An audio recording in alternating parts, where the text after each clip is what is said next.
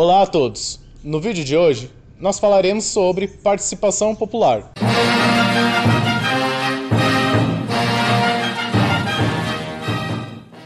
Estamos aqui com a Sueli. Você poderia contar mais da sua história?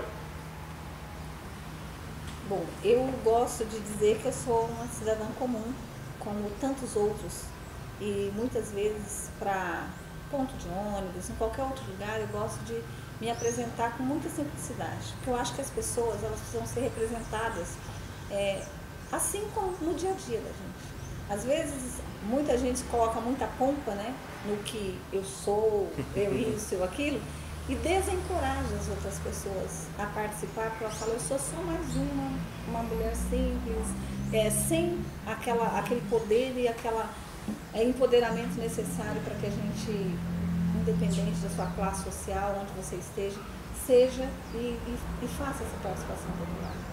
Hoje eu estou vice-presidente do Partido dos Trabalhadores em Sumaré. Para conseguir chegar nesse espaço, a gente sabe que não é fácil, porque tem toda essa questão de gênero, e uma mulher estar na política e assumir esses espaços não é tão simples. Não é tão simples porque eu continuo sendo mãe, eu continuo sendo trabalhadora, eu continuo fazendo tudo o que precisa. Mas eu acredito que esse espaço, né, que estar hoje vice-presidente do Partido dos Trabalhadores, eu costumo dizer lá que eu não sou vice de expectativa. Eu continuo trabalhando e fazendo aquilo que é possível fazer e valorizando muito esse espaço que eu consegui.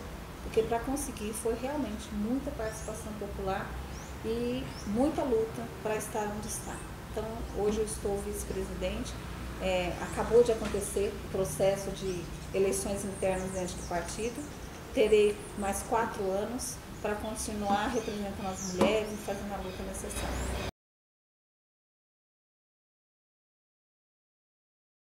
Participação popular, para mim, ela é uma das coisas mais importantes para mim na sociedade.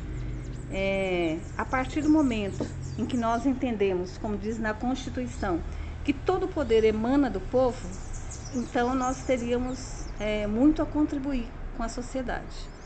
Hoje, assim como na história da política, a maioria do sistema, nós vamos dizer assim, nos ensina desde sempre que a política não é um lugar bom, que a política é um lugar para poucos, um lugar sujo, um lugar que não é legal. Aí se alguém vai se interessar, a pessoa já é chamada de chata, de mimizenta.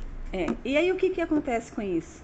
Quando nós acreditamos que não estar na política, pois a política não é uma coisa legal, outras pessoas assumem esse processo. E aí nós ficamos no nosso mundo, vivendo as nossas dificuldades, os problemas da sociedade, sem imaginar como que nós conseguiríamos mudar isso. E para mim, quando eu descobri isso, e descobri de que forma? Eu sempre participei da Igreja Católica. Só um instantinho, rapidinho. Mas assim, como você falou aqui que participou da Igreja Católica, como você tinha falado antes que participou da Igreja Católica, mas teve assim algum momento antes, ou foi mais ou menos quando você estava na igreja, que teve algum momento assim que você teve uma epifania de querer se interessar mais por política, ou você teve isso desde sempre, assim? Então, eu vim de Minas Gerais, aos 4 anos de idade e fui morar numa favela. E fui, depois disso, morar num bairro, aqui em Sumaré, bairro do Matão, em 1970. Naquela época, a questão de infraestrutura era precária em todos os sentidos. Nós não tínhamos ônibus, não tínhamos água, não tínhamos praticamente nada. E isso, de certa forma, faz com que nós nos unimos, né? Os vizinhos, um ajudando o outro. E então eu sentia exatamente o que eu acredito hoje, que sozinha eu era frágil, muito mais frágil. E a partir do momento que nós tínhamos oportunidade de estarmos mais juntos com os vizinhos, com as pessoas, nós nos tornávamos mais fortes.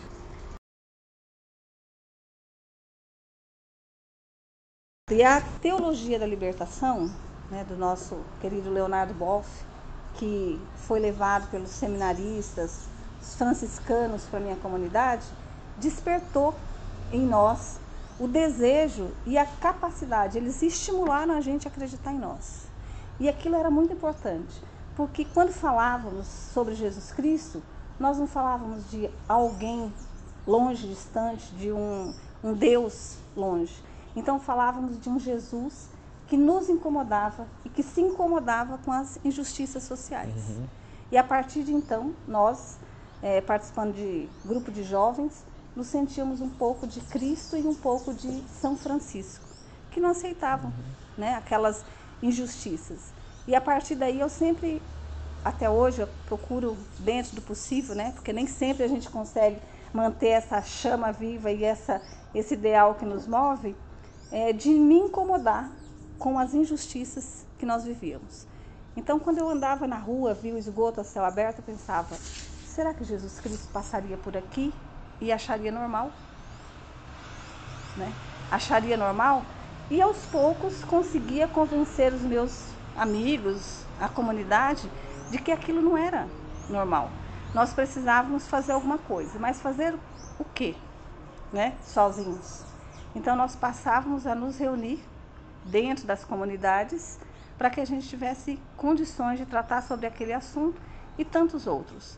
A questão lá atrás, né, de infraestrutura, de falta de asfalto, de falta de água, de falta de saneamento, aquela coisa toda, foi de certa forma, apesar de exigir muitas reuniões e assim, né, a participação popular, nós fomos conseguindo resolver. Até o ponto de, às vezes, conseguir colocar um fogo no ônibus, quando a coisa não resolvia da forma com que nós tínhamos planejado, inclusive isso aconteceu. E foi muito interessante, porque o jovem, né, envolvido com isso, mas aquilo tocava direto nos nossos dias.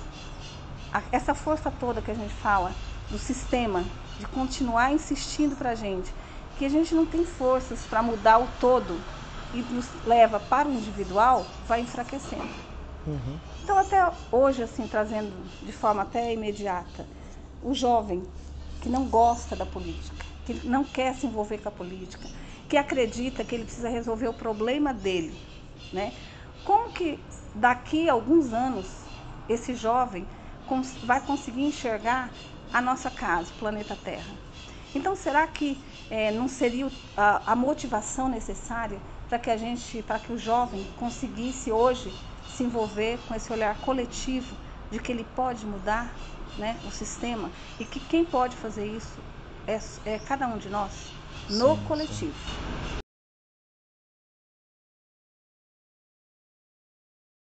Primeiro, João, como estava falando, nós somos o tempo inteiro desmotivados. Então, eu acho que o principal desafio é nós enxergarmos as dificuldades que a gente tem no nosso dia a dia e lutar para que isso não seja um problema só meu. Porque as pessoas fazem, muitas vezes, a gente acreditar que alguma dificuldade que você tem é um problema seu. E não tem outras pessoas na sociedade ou então muito próximo a você que tem as mesmas dificuldades. No caso, né, eu falo, muitas vezes, teve essa questão, voltando lá atrás na minha história. Eu não passei fome ou insuficiência alimentar o suficiente para a gente dizer que ficou desnutrido ou aquela coisa toda. Mas ao meu redor, esse era um assunto que movia muito, que mexia muito comigo. E aos poucos as pessoas assim, né, você vai vendo que a questão da insegurança alimentar não é um assunto só meu.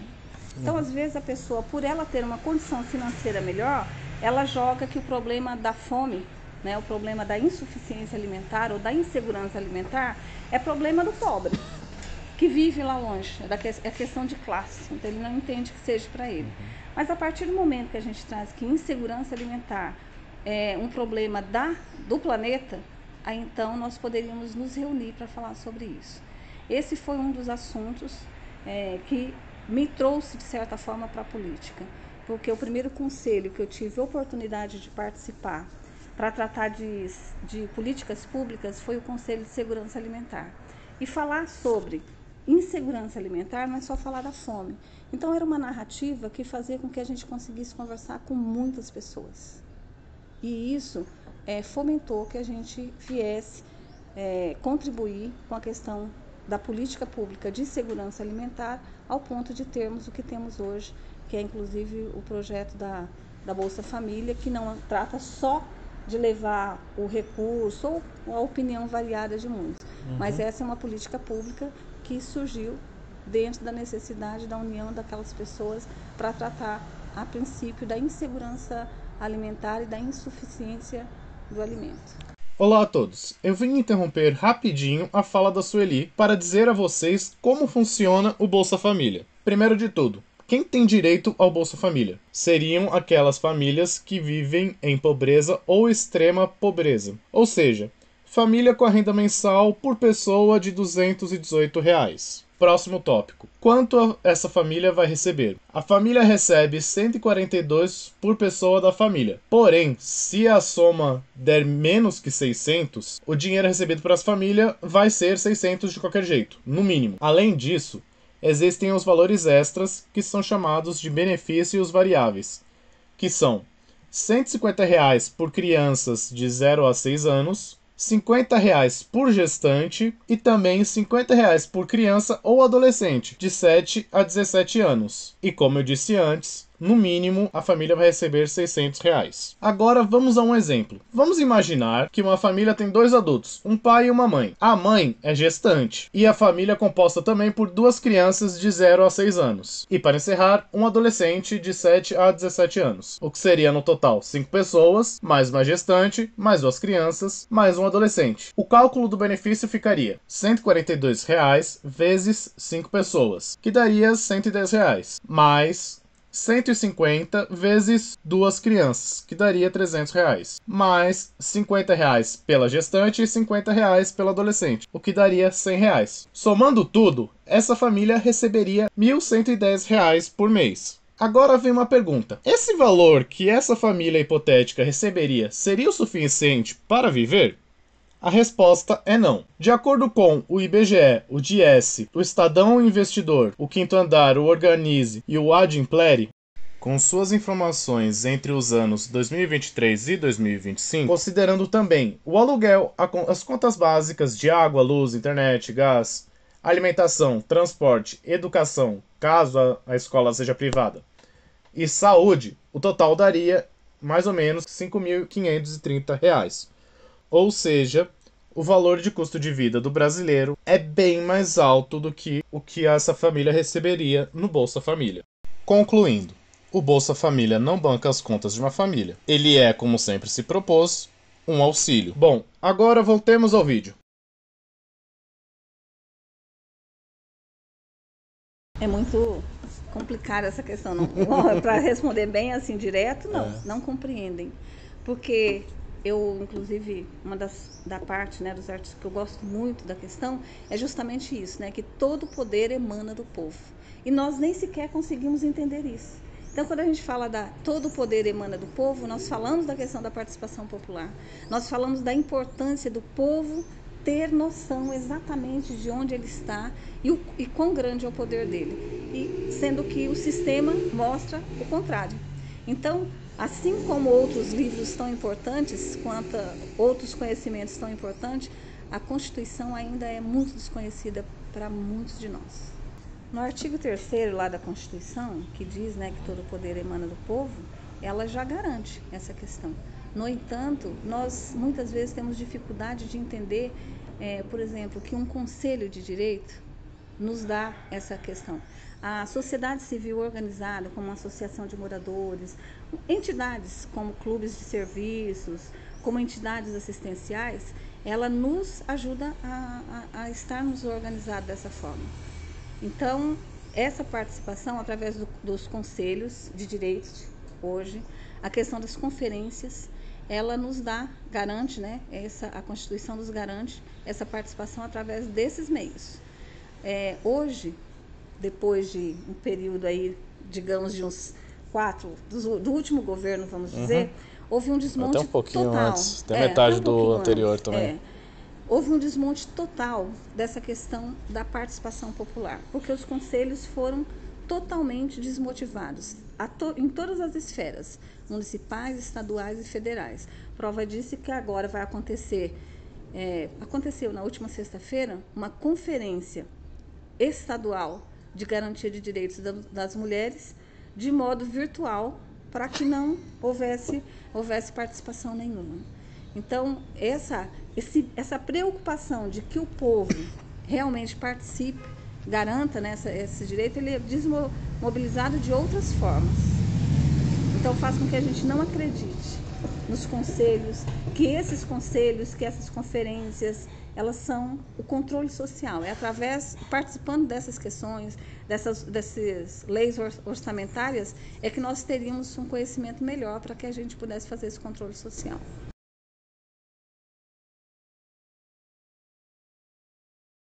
Sueli, falando em Conselho de Segurança Alimentar, você poderia citar mais algum? Sim, João, são vários conselhos. Nós temos o Conselho do Idoso, como eu citei, nós temos o Conselho da Mulher, assim como tem coordenadoria e outras instâncias. Nós temos o Conselho de Igualdade Racial, que é um conselho muito interessante, o qual eu tive a oportunidade também de participar. Nós temos o Conselho da Criança e Adolescente, que criou o Estatuto, né, o ECA, foi através do Conselho. Nós temos o Conselho de idosos, criança e adolescente, segurança alimentar. São vários conselhos. Mulheres, nós podemos depois, né, tendo uma outra oportunidade, sim, com certeza, inclusive falar um pouco mais do que abrange cada um. Porque hoje, quando a gente fala de Conselho de Igualdade Racial, a gente pensa que fala só do combate ao racismo, mas fala de intolerância religiosa e tantos outros assuntos. Então, a participação popular através dos conselhos são vários, do deficiente, né, da inclusão, de meio ambiente. Então, nós temos vários temas, a questão das minorias, que são, né, muitos. Então, nós temos vários conselhos que nos dá gancho para a gente se encaixar em vários deles e garantir a nossa participação.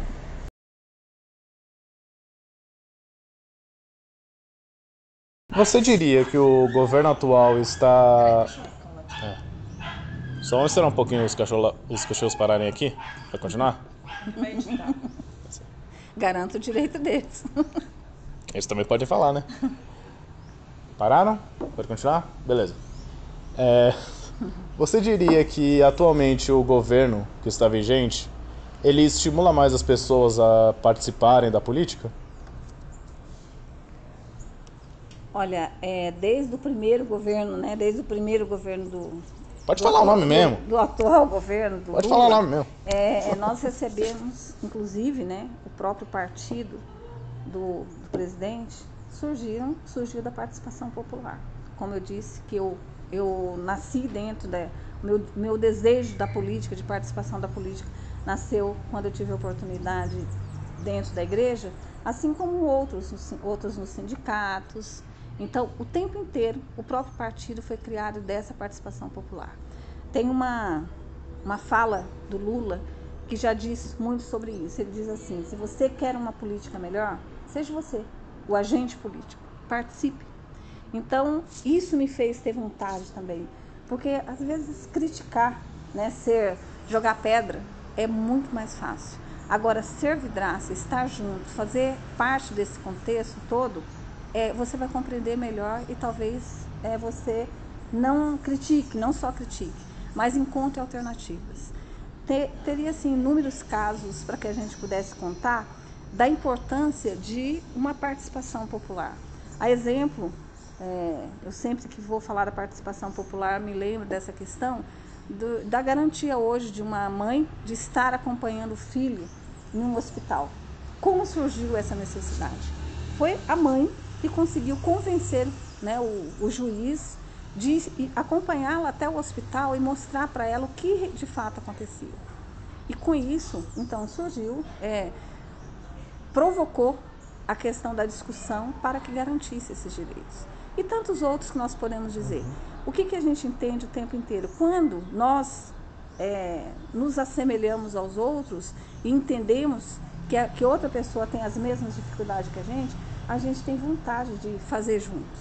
E o tempo inteiro esse governo, porque foi essa pergunta que você me fez e eu acabei já dando uma viajada aqui, é que sim, porque o governante e conseguir fazer com que o povo acredite nele e o ajude a governar, ele vai conseguir fazer muito mais, porque ele não vai estar sozinho. E nós sabemos disso, dessa responsabilidade. E o Lula, com certeza, sabe muito bem disso. E tem, inclusive agora, né, a questão sindical, que foi destruída no último governo, estimulando os companheiros a voltar a acreditar nisso. Com tudo que foi feito e com o histórico que nós temos de governantes que desestimulam-nos a participar da política, está sendo muito difícil, porque as pessoas não estão acreditando mais na capacidade que nós temos de transformar a sociedade. Só para deixar claro, quando ela fala ex-governo, a gente está falando do Bolsonaro, tá, gente? Acho que tá claro. Dá nome aos bois, dá nome aos bois.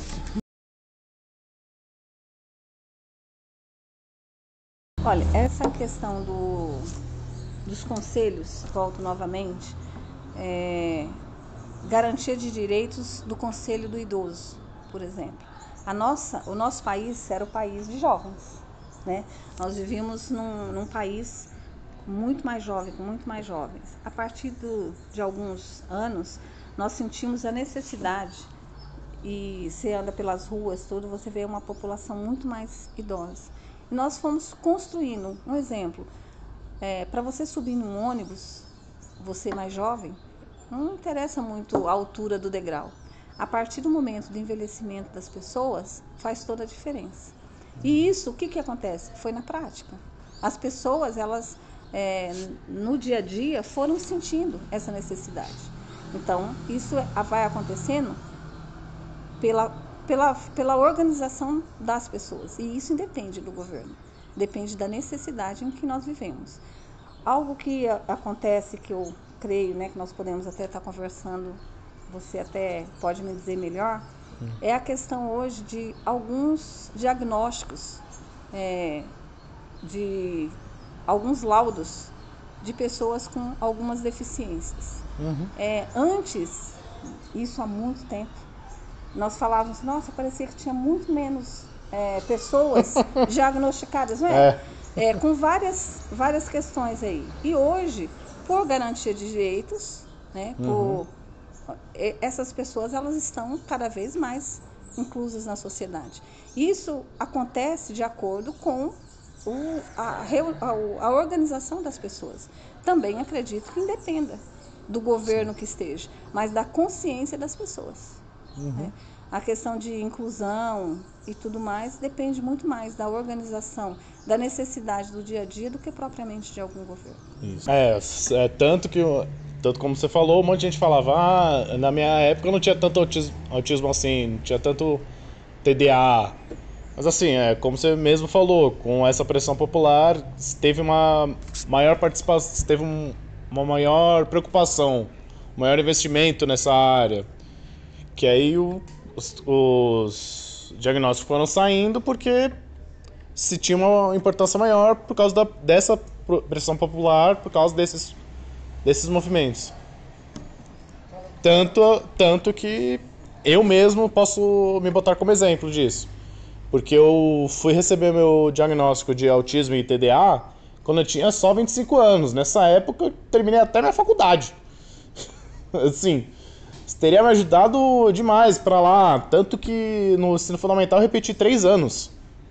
E na faculdade cheguei a ter 7 DPs. Se esse diagnóstico tivesse vindo antes, eu poderia. Minha vida poderia ser bem melhor, minha autoestima poderia ser melhor. Eu poderia me tocar que, tipo, eu não era estranho, não era esquisito, era algo diferente em mim, só.